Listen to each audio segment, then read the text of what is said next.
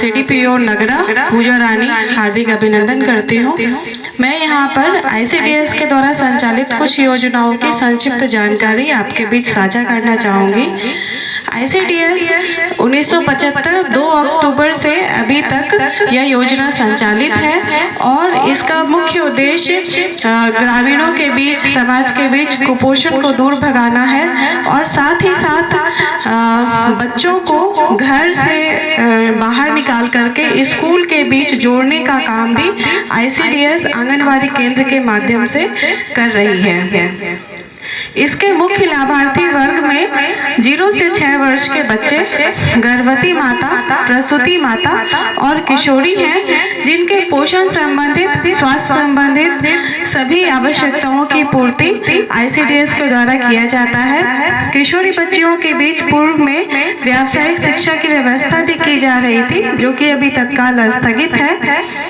ICDS अपनी योजनाओं का संचालन आंगनवाड़ी केंद्रों के माध्यम से करती है, जिसमें कि कुछ सेवाएं हैं। प्रथम सेवा है स्कूल पूर्व शिक्षा,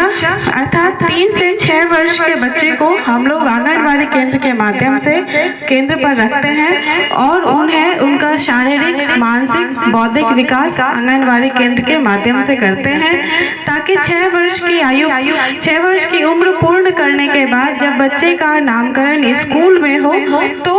उनको किसी भी प्रकार का झिझक नहीं हो और घर के लगाव से आगे बढ़ करके वह स्कूल में दाखिला लें और इसमें आगे सफलता प्राप्त करते हुए ICDS के द्वारा जो स्कूल में ड्रॉप आउट थी उसका जो परसेंटेज है वो बहुत कम किया गया है और आज के डेट में लगभग 100% बच्चे का दाखिला पास के प्राथमिक विद्यालय में ICDS के द्वारा करवाया जा रहा है। दूसरा है सप्लीमेंट न्यूट्रिशन, पूरक पोषाहार, जिसमें कि 3 से 6 वर्ष के बच्चे जो आंगनवाड़ी केंद्र पर पढ़ाई कर रहे हैं उनके बीच में प्रत्येक दिन मेन्यू के हिसाब से गर्म पका भोजन का वितरण आंगनवाड़ी सेविका के द्वारा किया जाता है और महीने में 15 तारीख, 22 तारीख या फिर DM सर के द्वारा निर्धारित तिथि को THR अर्थात सूखा राशन का वितरण आंगनवाड़ी केंद्र के माध्यम से गर्भवती, प्रसूति, कुपोषित बच्चे और अति कुपोषित बच्चे के बीच में सूखा राशन का वितरण किया जाता है। इसके अलावा आंगनवाड़ी केंद्र के माध्यम से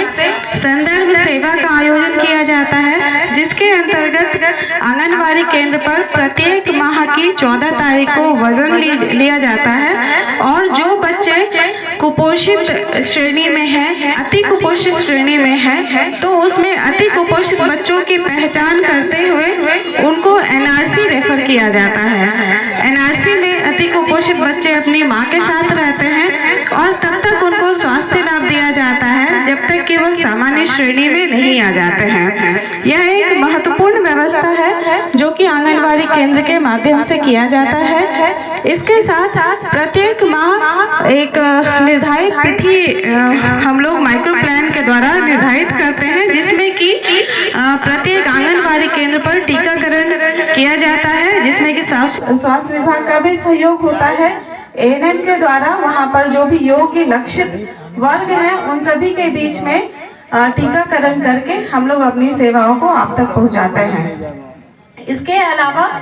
कुछ योजनाएं हैं जो कि हम लोग आंगनवाड़ी से बढ़कर आप लोगों के बीच में जो योग्य लाभार्थी हैं उनको हम लोग देते हैं, जिसमें कि पहला है मुख्यमंत्री कन्या उत्थान योजना,